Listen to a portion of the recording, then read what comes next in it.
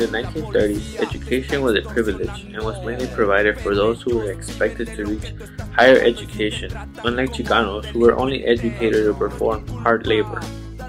Chicanos weren't encouraged to return to school if they were to drop out or to stay in school, but to go out and work. In 1947, the Mendez family was the first Chicano family to address and fight this problem, in the case called Mendez versus Westminster, which started up movements for better education among the Chicano community.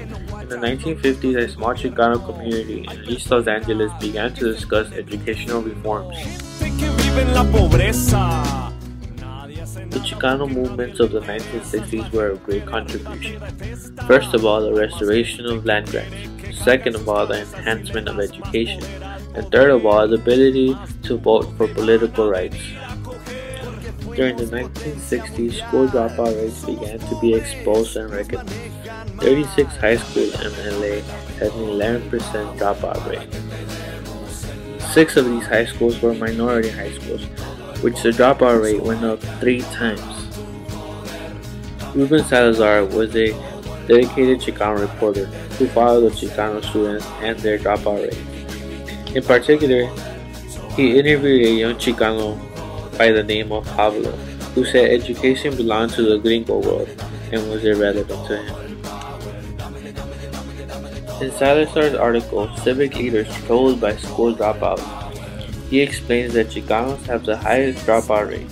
He also discovers that students were not dropping out at their own will, but they were being pushed out. In 1968, a group of Chicano students walked out of an East Los Angeles high school. They marched up to the Board of Education to demand for more books and the curriculum be changed so that the Mexican contributions would be taught in their schools. Ruben Salazar had the privilege to capture the struggles that Chicanos went through for a better tomorrow. Unfortunately, he was killed in 1970 by an LA County Sheriff deputy during the National Chicano March against the Vietnam War.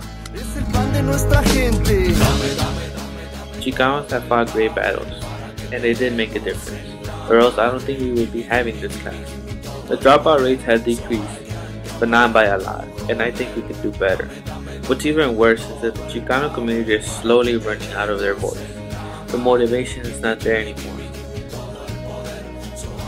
As young Chicanos, we have to unite, spark that flame of belief, and keep fighting for generations to come.